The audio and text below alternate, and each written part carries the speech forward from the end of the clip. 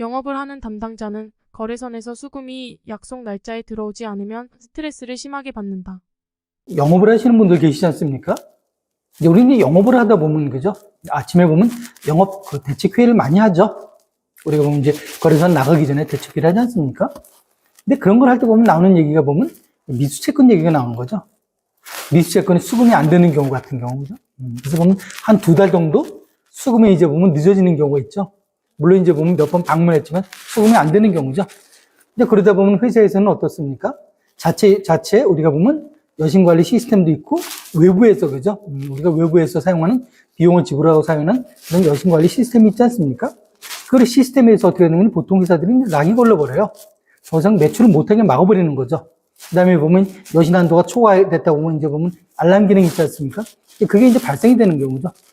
근데 그런 게 이제 쌓이다 보면 영업팀에서는 내부에서는 보면 그럼 이제 어떻게 해결할 것인지 그런 이제 보면 그죠? 회의를 하는 거죠. 그러면서 만약에 그런 거래선을 여러분이 담당하고 계신다. 여러분 담당하는 거래선이 연체가 2개월치 되는데 이렇게 낙이 걸리고 경고 음이 들려왔다. 그럼 이제 보면 그런 얘기를 하죠. 가서 한번 얘기를 해보고 수금해와라. 갔더니 뭡니까? 역시 마찬가지죠. 조금만 기다려달라 이런 얘기하고 그럼 기다리는 데도 한계가 있다 보니까 제가 기다리는 데도 한계가 있으니까 제가 할 수 있는 건 보면 그러면 이걸 돌파하는 방법이 수금이 안 되면 새로운 담보 뭐 보증보험증권이라든지 부동산 그죠? 이제 회사에서 요구하는 담보가 있지 않습니까? 그걸 가지고 우리가 보면 여신한도 시스템 여신한도 관리 범위 내까지 들어올 수 있게 그렇게 한다고 요구를 하는 거죠. 그럼에도 불구하고 그걸 해주지 않는 경우죠. 그러면서 이제 보면 연말이나 간다. 보통 이렇게 되다 보면 우리 연말에는 보면 이제 뭘 많이 하죠? 그죠?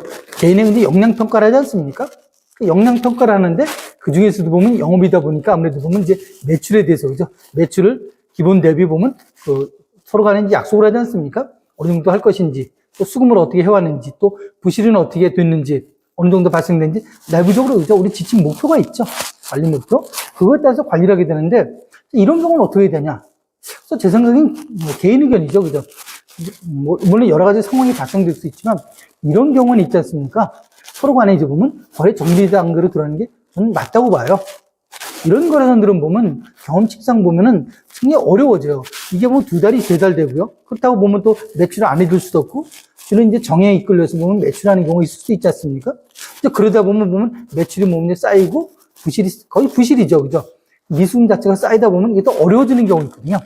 그래서 그런 경우 같은 경우는 정리 단계로 가는 게 맞고요. 기존에 우리가 보면 매출한 매출 채권 있지 않습니까? 회수하는 단계로 가야 되는 거고, 그렇다고 물건을 안 줄 수는 없는 거고, 조금씩 주면서 수급만 하는 것도 많이, 그죠? 더 많이 받는 거면 좋은 거고요.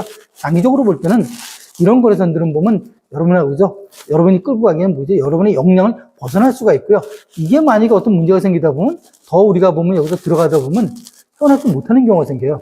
완전히 악성이 생겨버리는 경우거든요. 회수하지 못하는 경우죠. 그렇다 치면 이제 어떤 문제가 발생되는 거니? 여러분이 보면 우리 보면 요즘에도 보면 이제 개인 목표익 같은 거 같다고, 그죠? 뭐 서로 간에 이제 협의를 하지 않습니까? 여러분이 개인 목표익을 세우는데 이러한 채권을 위해서 뭔가 부실이 발생됨으로써 뭔가 다 깎아먹어버리는 거죠. 다 깎아먹어버리는 거죠. 즉 뭐예요?